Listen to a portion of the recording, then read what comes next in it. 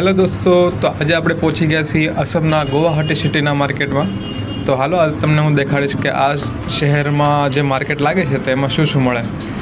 અહીંયા સડક પર જ તે માર્કેટની વચ્ચોવચ્ચ નોનવેજ મળી રહે, માછલીઓ બધું મળી રહે, ચિકન વગેરે બધું, સબ્જી, ઈંડા, ટોટલ વસ્તુ તમને એક સાથે જોવા મળી રહેશે.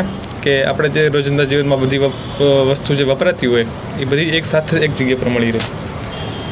અહીંયા મેક્સિમમ લોકો નોનવેજ વધારે ખાય એટલા માટે આ એક શું કહેવાય કે આ લોકોનું કલ્ચર છે.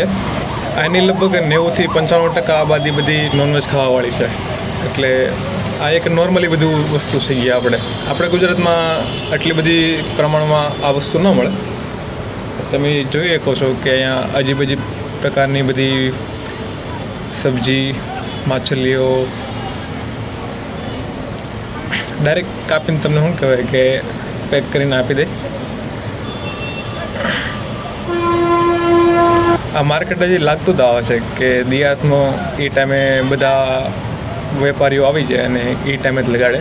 બાકી દિવસે અહીંયા કાંઈ ના હોય. દિવસે આ બધું ખુલ્લું જ હોય. રાતનો ટાઈમ થાય એટલે બધી પબ્લિક આવી જાય. અહીંયા દુકાનો ખુદની લગાવી લે, ખુદના જે જગ્યા હોય ત્યાં જ એ લોકો મળી રહે. તમને આપણે ગુજરાતમાં થતી નહીં એવી સબ્જી બધી છે. આ જો આ દુકાનો પર લારી લાગેલી છે બધી નોનવેજ માટે. તો ચાલો આપણે કાલે ફરીથી એક નવા સફર સાથે મળીશું. જય હિન્દ.